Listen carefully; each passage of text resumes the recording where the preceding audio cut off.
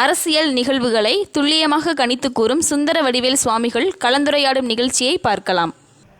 இதற்கு முன்னாடி கூட ஜெயலலிதா அவர்களுக்கு பல முறை யாகம் செய்து அவர் எப்போ எவ்வளோ ஓட்டில் செய்ப்பார், எத்தனை தொகுதி செய்ப்பார் அப்படின்றதெல்லாம் போட்டு அவங்களுக்கு எப்படி தண்டனை வரும்னு கூட நான் எல்லாத்துக்கும் பேட்டி கொடுத்துருந்தேன்.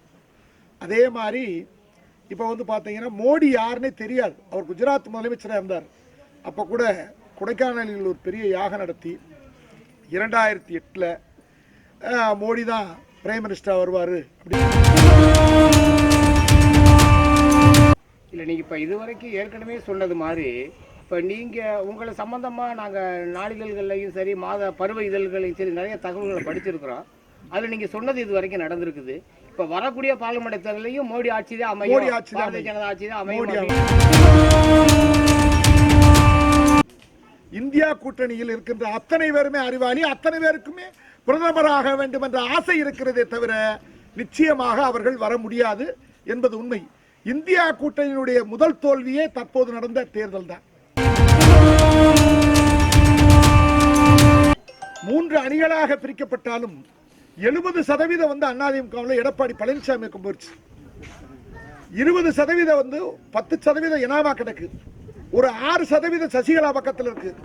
6% 5% பன்னீர்செல்வம் பக்கத்தில் இருக்கு. இவங்க என்ன செய்ய முடியும்? இல்லப்பா, எடப்பாடி பழனிசாமி என்ன சொல்றாருன்னா பாரதிய ஜனதாவோட எங்களுக்கு கூட்டணி முறிவு ஏற்பட்டுருச்சு. முறிவு ஏற்பட்டது என்பதை சில அமைச்சர்கள் தான் அவங்களா அறிவிச்சு பிரச்சனை பண்ணிட்டு இருக்காங்களே தவிர இது சரியான முறையில் சேரலைன்னா அந்த கட்சி அவங்கள அழிச்சிருவாங்க. இப்ப நீங்க சொல்லக்கூடிய அரசு பாருங்க, இந்த ராஜான்றவர் கூட அரையடி சிலர் இந்த இந்தியாவில் கம்யூனிஸ்ட் வளராருன்னு அவருக்கெல்லாம் என்ன அரசியல் தெரியும்? கேடுகட்ட அரசியல்வாதி அவர். உலகத்து இந்தியாவிலே ஒரு கேடுகட்ட அரசியல்வாதி ராஜா ஒருத்தர் தான் அவர். வணக்கம். இப்போ நம்ம சிவகங்கை மாவட்டம் திருப்பாச்சேத்திக்கு அருகில் தாமரக்குடிங்கிற ஒரு குக்கிராமத்தில் நம்ம இப்போ இருக்கிறோம். இந்த ஊரில் உள்ள ஒரு பழமையான சிவன் கோயிலுடைய யாக பூஜை இன்றைக்கி சிறப்பாக நடைபெற்றது. இந்த விழாவுக்கு கூடலூர் கம்பம் சுந்தர வடிவேல் சுவாமிகள் நம்மளுடைய கிராமத்துக்கு சிறப்பு அபிஷேகங்கள் பண்ணியிருக்காரு. அவர்கிட்ட நம்ம இப்போ கொஞ்சம் நேரடியாக சில விஷயங்களை பரிமாறிக்கலாம். வணக்கம். உங்களை பற்றி கொஞ்சம் சொல்லுங்கள். என்னுடைய பேர் சுந்தர வடிவேல் சுவாமிகள். நான் இருக்கிறது தேனி மாவட்டம் கூடலூர் விஸ்வஜோதி ஆசிரமம் சொல்லி முல்லை பெரியாற்றங்கரையில் இருக்கிறேன். கிட்டத்தட்ட ஒரு 40 ஆண்டுகளாக ஆன்மீக பணிகள் செஞ்சு வர்றேன். இந்த 40 ஆண்டுகளில் கிட்டத்தட்ட ஒரு 6-7 சிஎம் தமிழ்நாட்டில், கேரளா, கர்நாடகா, மத்திய பிரதேசம் இப்படி பல இடங்களில் இருக்கக்கூடிய முதலமைச்சர்களுக்கு யாகம் பண்ணி கொடுக்கறது என்னுடைய வேலையாக தான். இதற்கு முன்னாடி கூட ஜெயலலிதா அவர்களுக்கு பல முறை யாகம் செய்து அவர் எப்போ எவ்வளோ ஓட்டில் செய்ப்பார், எத்தனை தொகுதி செய்ப்பார் அப்படின்றதெல்லாம் போட்டு அவங்களுக்கு எப்படி தண்டனை வரும்னு கூட நான் எல்லாத்துக்கும் பேட்டி கொடுத்துருந்தேன். அதே மாதிரி இப்போ பார்த்தீங்கன்னா மோடி யாருன்னே தெரியாது. அவர் குஜராத் முதலமைச்சராக இருந்தார். அப்போ கூட கொடைக்கானலில் ஒரு பெரிய யாகம் நடத்தி 2008 மோடி தான் பிரைம் மினிஸ்டராக வருவார் அப்படின்னு சொல்லி அறிவித்தேன். 2008 அறிவித்தேன். முன்கூட்டியே சொல்லிட்டேன். அப்போ அது பிறகு அவர் வந்தார் பிரைம் மினிஸ்டரா. இப்போ 2வது முறை, இப்போ 2024 அவர் தான் மீண்டும் பிரைம் மினிஸ்டராக வருவார். அதில் எந்த மாற்றமும் இல்லை. நீங்கள் இப்போ இதுவரைக்கும் ஏற்கனவே சொன்னது மாதிரி இப்போ நீங்கள் உங்களை சம்மந்தமாக நாங்கள் நாளிதழ்கள்லையும் சரி பருவ இதழ்களையும் சரி நிறைய தகவல்களை படிச்சிருக்கிறோம். அதில் நீங்கள் சொன்னது இது வரைக்கும் நடந்திருக்குது. இப்போ வரக்கூடிய பார்லிமெண்ட் தேர்தலையும் மோடி ஆட்சி தான் அமையும், பாரதிய ஜனதா ஆட்சி தான் அமையும். மோடி ஆட்சி தான் அமையும். ஏன்னு கேட்டீங்கன்னா இந்த இந்தியா கூட்டணி அப்படின்றதெல்லாம் சும்மா அவங்கெல்லாம் ஒன்றும் பண்ண முடியாது. ஏன்னு கேட்டீங்கன்னா பிஜேபி ஆட்சிக்கு வரும்போது யார் பிரைம் மினிஸ்டர்னு சொன்னால் கை நீட்டி சொல்கிற அளவுக்கு மோடி அவர்களை சொல்ல முடியும். இந்தியா கூட்டணியில் யார் பிரைம் மினிஸ்டர் என்று யாரால் கூற முடியுமா? முடியாது. இந்தியா கூட்டணியில் இருக்கின்ற அத்தனை பேருமே அறிவாளி, அத்தனை பேருக்குமே பிரதமராக வேண்டும் என்ற ஆசை இருக்கிறதே தவிர நிச்சயமாக அவர்கள் வர முடியாது என்பது உண்மை. இந்தியா கூட்டணியினுடைய முதல் தோல்வியே தற்போது நடந்த தேர்தல் தான். முதலாக இப்போது இந்தியா கூட்டணி உருவான பிறகு நடந்த 5 மாநில தேர்தல்களில் மிகப்பெரிய தோல்விகளை சந்தித்திருக்கிறது இந்த இந்திய கூட்டணி. ஆகவே இந்தியாவினுடைய 3வது முறையாக மீண்டும் பிரதம மந்திரியாக வருபவர் மோடி அவர்களே தவிர வேறு யாருமல்ல. ஏனென்றால் அவர் வந்தால்தான் இந்த நாடு சுபிட்சம் பெறும், பொது சிவில் சட்டம் நிறைவேறும், மக்களுக்கு உண்டான நீதிகள் கிடைக்கும். இந்த உலக நாடுகளில் இந்தியா வல்லரசு என்பார்கள். நிச்சயம் இதுவரையில் வல்லரசு என்றுதான் பேசினோம். ஆனால் மோடி அவர்கள் காலத்தில் இந்தியா வல்லரசாக வரும், அதுதான் உண்மை. இன்று உலகம் வியக்கத்தக்க ஒரு பிரதமர் யார் என்றால் மோடி அவர்கள் தான். அதே மாதிரி தமிழக அரசியலில் கூட நான் பலமுறை பல நிலைகளில் பல கருத்து கணிப்புகள் நான் ஏற்கனவே முன்கூட்டியே சொல்லியிருக்கிறேன். அதன்படி 2008 கூட ஜெயலலிதா அவர்களுக்கு பின்னால் மக்களால் தேர்ந்தெடுக்கப்பட்டு முதலமைச்சராக வருபவர் அதாவது ஸ்டாலின் தான் என்று நான் அன்றே கூறினேன். அதன்படி அவர்தான் வந்தார். அதற்கு இடையில் எடப்பாடி பழனிசாமி, பன்னீர்செல்வம் இவர்களெல்லாம் ஒரு ஆக்சிடென்டில் வந்தவர்கள். முதலமைச்சராக மக்களால் தேர்ந்தெடுக்கப்பட்டவர் ஸ்டாலின் தான். அதே மாதிரி இப்போ அடுத்து பிஜேபி ஏடிஎம்கே கூட்டணியில் அடுத்து முதலமைச்சராக எடப்பாடி பழனிசாமி கண்டிப்பாக வருவார். நான் எந்த கட்சியும் இல்லை. ஏன்னு கேட்டீங்கன்னா ஒவ்வொரு கட்சிகளுக்கும் ஒரு வேலிடு உண்டு.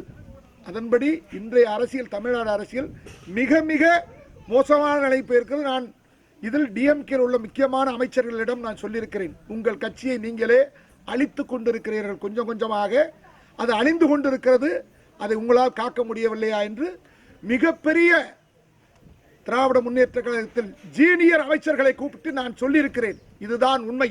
அவர்கள் வீட்டுக்கும் சென்றிருக்கிறேன், சொல்லியிருக்கிறேன், இது உண்மை. அதனால் திராவிட முன்னேற்ற கழகம் மிக பின்னோக்கி சென்று விட்டது என்பதுதான் சத்தியத்தின் உண்மை. ஆனால் இதற்கு பிறகு வரும் தேர்தல் களத்தில்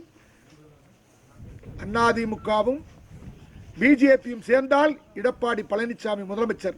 இதை அவர்களும் புரிந்து நடந்து கொள்ள வேண்டுமே தவிர புரியாவிட்டால் இல்லை. இதுதான் சத்தியத்தின் உண்மை. இதற்கு பின்பு மோடி அவர்கள் பிரதமராக வருவதற்கு பெரிய யாகம் ஒன்று கொடைக்கானலில் நடத்தப் போகிறேன். அந்த யாகம் முடிந்த பின்பு 9 யாகம் அடுத்த தேர்தல் வருவதற்குள் நாங்கள் நடத்த திட்டமிட்டிருக்கிறோம். அதன்படியே இது நடக்கும். இப்போ ஒரு சின்ன கேள்வி எனக்கு வருது. என்ன சொல்லுங்க. அதிமுக இன்னைக்கு 3 அணிகளாக பிரிஞ்சு போயிருச்சு. இல்ல அதான் அதிமுக 3 அணியா பிரிஞ்சதுக்கு முன்னாடி அவருடைய பலங்கள் பிரிஞ்சு கிடக்குது. இல்ல அது அவங்க மீண்டும் ஆட்சி அமைப்பாகன்றது எதை வச்சு சொல்ல இல்ல. அதாவது எப்படின்னு கேட்டீங்கன்னா 3 அணிகளாக பிரிக்கப்பட்டாலும் 70% அதிமுகவில் எடப்பாடி பழனிசாமி போயிடுச்சு. 20% 10% இனாமா கிடக்கு. ஒரு 6% சசிகலா பக்கத்தில் இருக்கு. 6% 5% பன்னீர்செல்வம் பக்கத்தில் இருக்கு. இவங்க என்ன செய்ய முடியும்? இல்லப்ப எடப்பாடி பழனிசாமி என்ன சொல்றாருன்னா பாரதிய ஜனதாவோட எங்களுக்கு கூட்டணி முறிவு ஏற்பட்டுருச்சு. முறிவு ஏற்பட்டது என்பதை சில அமைச்சர்கள் தான் அவங்களாம் அறிவிச்சு பிரச்சனை பண்ணிட்டு இருக்காங்களே தவிர இது சரியான முறையில் சேரலைன்னா அந்த கட்சி அவங்கள அழிச்சிருவாங்க. யாரோ ஒருத்தர் அடுத்த முதலமைச்சரை 4 பேர் 5 பேர் இந்த கர்நாடகத்தில் மாதிரி 6 மாதத்துக்கு ஒரு முதலமைச்சர், ஒரு வருஷத்துக்கு ஒரு முதலமைச்சர், இந்த மாதிரி இவங்களை ஏலத்தில் விட்டுருவாங்க நாட்டை. அப்ப அதிமுக பாரதிய ஜனதா கூட்டணி வலுப்பெறும் ஏற்படும் சொல்றீங்களா? ஆமா, ஏற்படும், வலுப்படும். சரி சாமி, இன்னொன்னு இப்ப நீங்க ஜெயலலிதா என்ற ஒரு சும்மா சொப்பனம் இருந்தால் யாரும் தேவையில்லை. அது மிகப்பெரிய ஆட்சி, மகா ஆட்சி. அந்த ஆட்சியை வெல்ல எவராலும் முடியாது. அந்த தாய் இல்லை. அதனால் இவர்கள் கூட்டணி சென்றுதான் ஆக வேண்டும், வேற வழி அல்ல. சாமி, இப்ப நீங்க ஆன்மீக பணிகள் நீங்க நிறைய செய்றீங்க, அதை நாங்க பாக்குறோம். ஆமா. ஆனா ஒரு ஆன்மீகவாதிகளா இருந்துகிட்டு அரசியலை பத்தி சொல்றீங்க, அது நீங்க நடக்குது. ஆனா இப்ப இந்த மாதிரி ஆன்மீகவாதிகள் பக்தி மார்க்கத்தை தாண்டி அரசியல் சம்பந்தமா கருத்துக்களை பதிவிடுறது சரிதானா? சரிதான். மனித சுதந்திரம், மனித உணர்ச்சிகள் சுதந்திரமாக வாழ்வதற்கு நாம் கண்டிப்பாக நம்மளுடைய ஆன்மீகவாதிகளுடைய பங்களிப்பு வேணும் அல்லவா? கடவுள் வேற சொல்லி மட்டும் நாம் எல்லாத்தையும் கைவிட்டு விட்டு போனால் இந்த மக்களுக்கு நல்ல வழிகளை சொல்வது யார்? நல்லவர்கள் வர வேண்டும் அல்லவா? நல்லவர்கள் கண்டிப்பாக வர வேண்டும் என்றால் நல்ல ஆன்மீகவாதிகளும் நல்லொழுக்கத்தையும் நல்ல பாதைகளையும் மக்களுக்கு கற்பிக்க வேண்டுமே தவிர அவர்கள் மட்டும் கடவுள் என்று சொல்லிக்கொண்டு அவர்களாக அமர்ந்து கொண்டால் தேசமும் தேச நலனும் எப்படி முன்னேற்றத்துக்கு வரும்? நீங்க சாமி இப்ப நல்ல கருத்துக்களை பதிவு பண்ணியிருக்கீங்க. அதே நேரத்தில் மத்தியில் பாரதிய ஜனதா ஆட்சி மீண்டும் அமையும். தமிழகத்தை பொறுத்த மட்டும் எடப்பாடியுடைய தலைமையிலான ஆட்சி அமையும், பாரதிய ஜனதாவுக்காவோட கூட்டணி ஏற்பட்டிருக்க வாய்ப்பு இருக்கு அப்படிங்கிற வாய்ப்பு நிறைய இருக்கு. பதிவு பண்ணியிருக்கீங்க. ஆமா, உங்களுடைய கருத்துக்கள் இது வரைக்கும் வந்து என்னைக்காவது பொய்யா போயிருக்குதா? பொய்யா போகுது அப்படின்னு சொல்ல முடியாது. அதாவது பொய்த்து போகும் என்பது சிலர் சொல்லுவாங்க சந்தர்ப்ப சூழ்நிலையில் கூட இல்லை. என் மனதில் என்ன தோணுதோ அதை சொல்லிடுவேன். ஏன்னு கேட்டீங்கன்னா 2008 வந்து நான் மலேசியா போயிருந்தேன். மலேசியா போயிட்டு மலேசியாவில் சுங்கப்பட்டாணியில் ஒரு மீட்டிங் நடந்துச்சு, அரசியல் மீட்டிங். அதை முடிச்சுட்டு நான் வந்து பினாங் போயிட்டு பினாங்கில் ஜோவ்பூர்னு ஒரு இடத்துக்கு வந்தேன். ஜோவ்பூர்ன்ற இடத்துல வந்து ஒரு பேட்டி கொடுத்தேன். அந்த பேட்டியில் கூட டத்தோ சாமிவேலனுடைய 40 வருஷ அரசியல் இதோடு முடிவுக்கு வரும், இனிமேல் டத்தோ சாமிவேலுடைய அரசியல் மலேசியாவில் இருக்காது என்று பகிரங்கமாக அறிவித்து விட்டு வந்தேன். அதுபடிதான் அங்கும் நடந்தது. 2008 கூறினேன் ஒபாமா என்பவர் அமெரிக்காவில் அதிபராக வருவார் என்று, அதுவும் நடந்தது. அது இதழ்கள் வந்தது, பார்த்தோம், படிச்சு பார்த்தோம். அப்படி இருக்கும்போது வந்து நம்ம மனசுல ஒன்று தோணும், இது சரி இது தவறுன்னு. அப்ப சரியா இருக்கிறது சரியா தான் சொல்லணும். இப்ப இந்தியா கூட்டணியில் பெரும்பெரும் தலைவர்கள் எல்லாம் இருக்கிறார்கள், ஏன் அவங்கள சொல்லக்கூடாது? வர முடியாது அவங்களால. நிதிஷ்குமார் பிரதமர் அவர் வருவார், அப்புறம் வந்து சோனியா காந்தி வீட்டில் அவங்க வருவாங்க, ராகுல் காந்தி வரணும்வார், மல்லிகார்ஜுன் கார்கே வரணும்வார். இப்படி ஒவ்வொருத்தரா பிரதமர். அதுக்கு அடுத்து வந்து நம்ம நிதியமைச்சர் கூட சொல்லுவார், நீங்களாம் விழுந்துங்க, நான் தமிழ்நாட்டில் இருந்து முதலமைச்சர் வரேன்னு கூட சிதம்பரம் கூட கொஞ்சம் அள்ளி விடுவார்.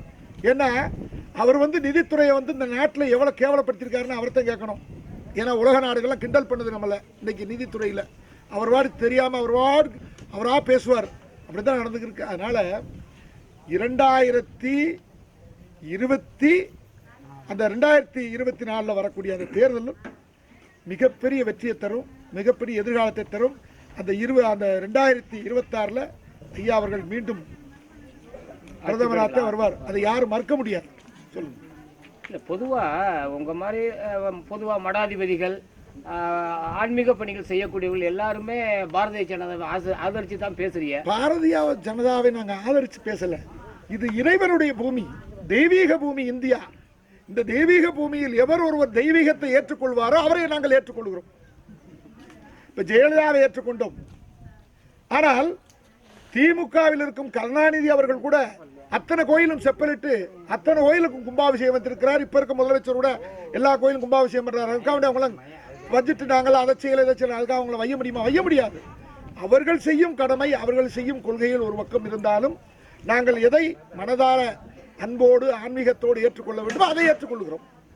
இப்ப நீங்க சொல்லக்கூடிய இப்ப பாருங்க, இந்த ராஜான்றவர் கூட அரையடி சிலர் இந்த இந்தியாவில் வந்து கம்யூனிஸ்ட் வளராருன்னு, அவருக்கெல்லாம் என்ன அரசியல் தெரியும்? கேடுகட்ட அரசியல்வாதி அவர். உலகத்து இந்தியாவிலே ஒரு கேடுகட்ட அரசியல்வாதி ராஜா ஒருத்தர் தான். அவருக்கெல்லாம் அரசியல் பேச தெரியாது. அவர் போய் வந்துட்டு எல்லா கோயிலும் வந்து அதை பண்ணு இதை பண்ணுன்னு பேசுறாரு. இங்க பாருங்க, தமிழ்நாட்டில் ஒரு 5-6 அரசியல்வாதி இருக்காங்க, கிறுக்கு பிடிச்ச அலைகிறாங்க. அவங்கெல்லாம் அரசியல்வாதி இல்லை, 10 பேர்த்த வச்சு ஏசி ரூம்ல எல்லாம் ஜாலியாக அலைஞ்சிக்கிட்டு ஏதோ ஒரு பதவியை வாங்கிட்டு அவங்க ஜாலியாக அலைகிறாங்களே தவிர அவங்கெல்லாம் நல்ல அரசியல்வாதி இல்லை. பார்சிசிய கொள்கை கூட ஒரு தலைவர் பொழுதுக்கு தான் பேசுறாரு. பார்சிசிய கொள்கை அவருக்கு என்ன தெரியும்? பார்சிசிய கொள்கை எப்ப நடந்துச்சு? அதெல்லாம் பார்சிசிய கொள்கை மன்னர்கள் காலத்தில் மன்னர்கள் கொடுமை செய்யப்பட்ட சில இடங்களில் சின்ன சின்ன ஜமீன்கள் செய்திருக்கிறது என்பதுதான் வரலாற்றில் வந்திருக்கிறதே தவிர முசோரினி காலத்தில் வந்து அதுக்கடுத்து இவர் நம்ம ஹிட்லர் காலத்தில் வந்து நான் சொல்ல முடியும். அதான் பார்சிச கொள்கைன்னு சொல்லத்தான் முடியுமே தவிர யாரும் அந்த கொள்கையை எடுத்துக்கல. ஆக எப்போதும் மக்களாக மக்களாட்சி மலர வேண்டும் என்றால் மக்களை புரிந்து கொண்டு ஒருவர் ஆட்சி செய்ய வேண்டும் என்பதுதான் உண்மை. மக்களில் ஒருவன், மக்களுக்காக ஒருவன் என்றால் அது இந்தியாவில் மோடியை தவிர எவரும் கிடையாது. இல்லை, நீங்க சொல்லக்கூடிய கருத்து சாமி ஆன்மீக அடிப்படையில் நீங்க கணிச்சு கடவுளுடைய வரத்தினால சொல்றீங்களா, இல்ல அரசியலை அனுபவிச்சு பேசி? அரசியலை அனுபவித்தும் ஆன்மீகத்தை உணர்ந்தும் பேசுவது. ஏனென்றால் இரண்டும் தேவை. ஒரு குடும்பம் நடத்த வேண்டும் என்றால் ஆண் பெண் தேவை. ஒரு நல்ல ஒரு பொருளை தூக்கி சுமக்க வேண்டும் என்றால் 2 பேர் தூக்க வேண்டிய பொருளை 2 பேர் தான் தூக்க வேண்டும். அதே போல ஆன்மீகத்தையும் அரசியலையும் நாட்டுடைய பொருளாதாரத்தையும் கலாச்சாரத்தையும் உணர்ந்து தெளிந்து சொல்லக்கூடிய கருத்துக்கள் தான். இதை தவிர நான் கடவுளை மட்டும் கருத்துக்களாக வைத்து பேசவில்லை, கடவுள் போல் வாழ்கின்ற மக்களையும் கருத்துக்களாக வைத்துத்தான் பேசுகிறேன். இது மக்களின் கருத்து, மக்கள் எழுச்சியின் கருத்து, மக்கள் புரட்சியின் கருத்து. அதனால் மக்கள் புரட்சியில் மீண்டும் இந்தியாவின் பிரதமர் ஆவார் நரேந்திர மோடி. இது யாராலையும் மறுக்க முடியாது. சரி சாமி, இந்த ஒரு சின்ன கிராமத்தில் இந்த மாதிரி ஒரு சின்ன நிகழ்வுகளுக்கு கூட ஒரு சிதறடைந்த கோயிலை கூட புதுப்பிக்கணும் அப்படிங்கிறது மாதிரி உங்கள் கொள்கையில் எதுவும் வச்சிருக்கல? எப்படி இந்த கிராமத்துக்குலாம் இந்த உதவி செய்யணும்னு முன் வர்றீங்க? எனக்கு வந்து இந்த சிறிய கிராமம் பெரிய கிராமம்லாம் இல்லை. யார் எந்த இடத்தில் இருந்தாலும் ஒரு ஆன்மீகம் வளப்பட வேண்டும், அந்த மக்கள் வளப்பட வேண்டும், அதை சார்ந்தவர்கள் அந்த ஊர் வளப்பட வேண்டும், அந்த ஊரில் வாழ்கின்ற எதிர்கால சந்ததிகள் நல்லபடியாக வளர வேண்டும், ஒரு நல்ல ஆன்மீக ஒழுக்கம் வளர வேண்டும் என்பதற்காக நான் குக்கிராமமோ பெரிய கிராமமோ அப்படிலாம் நினைக்க மாட்டேன். கூப்பிட்டா வருவேன். இந்த பகுதிக்கு வந்து நான் முத வரும்போது தம்பி பாலசுப்ரமணியன் தான் என்னை கூட்டிகிட்டு வந்தார். தம்பி பாலசுப்ரமணியன் தான் கூட்டிகிட்டு வந்தார். அப்போ என்னை வந்து முத எங்கே பார்த்தாரு? நம்ம ஆசிரமத்தில் தான் என்னை வந்து பார்த்தார். பார்த்து இந்த மாதிரி எங்கள் கோயிலுக்கு வரணும்னார். அப்பா அவருடைய கோயிலுக்கு வந்தேன். கோயிலுக்கு ஒவ்வொரு விழாக்களுக்கும் என்னை கூப்பிடுவார். அப்போ ஒரு நல்ல ஆன்மீகம் வளர வேண்டும் என்றால் நல்ல ஆன்மீகவாதிகள், உயர்ந்தவர்கள் தாழ்ந்தவர்கள் இருப்பது இல்லை என்று நினைக்காமல் அந்த இடம் வந்து சேர்ந்து நல்ல ஆன்மீக பணியை பொறுப்போடு செய்தால் பொறுப்பான வளர்ச்சியும் நல்ல சிறப்பான எதிர்காலம் அங்கு வளரும் என்பதுதான் என்னுடைய உண்மை. நல்லது சாமி.